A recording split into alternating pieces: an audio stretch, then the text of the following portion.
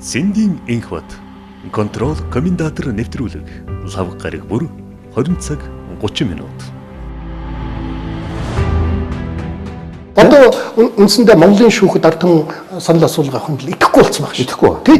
Тэгэхээр ийм аюултай байх. Итгэл алдарсан маш аюултай, амар аюултай. Тий. Ерөөсөө эцсийн дүндээ шүү дээ. Одоо өнөөдөр хүн амьд явахад хамгийн гол нь итгэл шүү дээ. Та сая хэллээ. Итгэл байхгүй л тэгээ ирээдүйдээ найдваргүй болчих нь. Ер нь бол шүү дээ. Эцсийн дүндээ өнөөдөр биш дээ. Төр засгийн эрх баригчид. За шүүх, эдэн нь бол бүрэн эрх бийгээд одоо хуульд уншихаар зэрэг нэг баахан эрх баг. Тэгтэл энэ бол биш дээ. Хүн хорих, цагдах, баривчлах тэндээ биш ээ.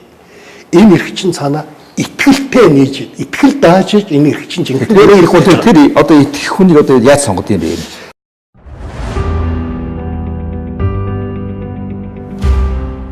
Сэндийн энх бат контрол комендатор нэвтрүүлэг лав гараг бүр 20 цаг 30 минут.